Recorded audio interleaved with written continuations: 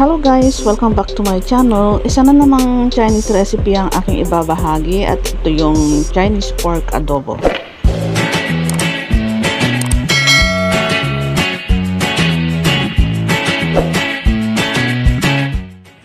So guys, ang unang gagawin is lagain ang karne and then tanggalin yung excess fat.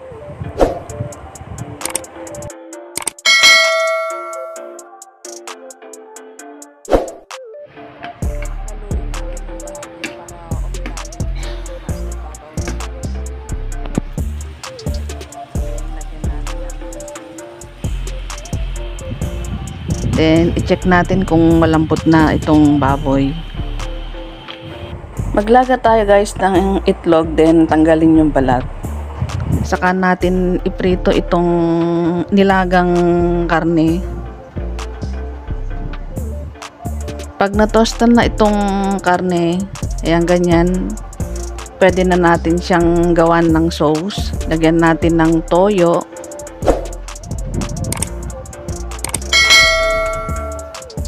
And then itong cooking wine.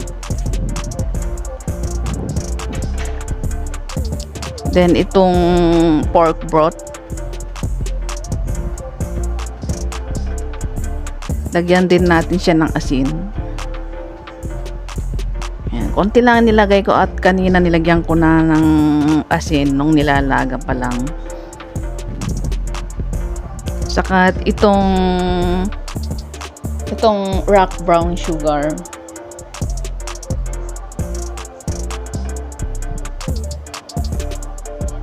Ito kasi yung pangpasarap ng karne, yung brown sugar. Then itong napitpit na bawang.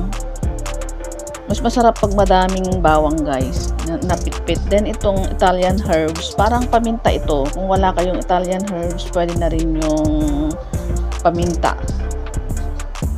Lalagyan din natin siya ng seasoning na pampalasa syempre.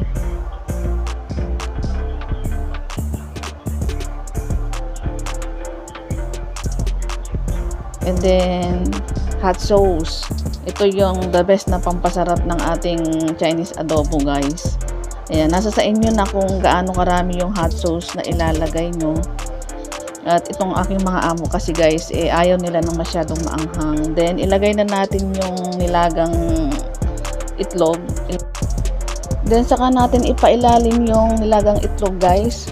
Para yung lasa ng sauce ay manuot sa nilagang itlog. Then, saka natin siya isa lang sa stove. Yung mga Chinese kasi guys ay i-steam lang nila ito ng mga 30 minutes hanggang sa lumambot. Pero tingin ko hindi masarap pag ganun. Kaya yung aking version is ganito lang, sakalan ko siya iluluto.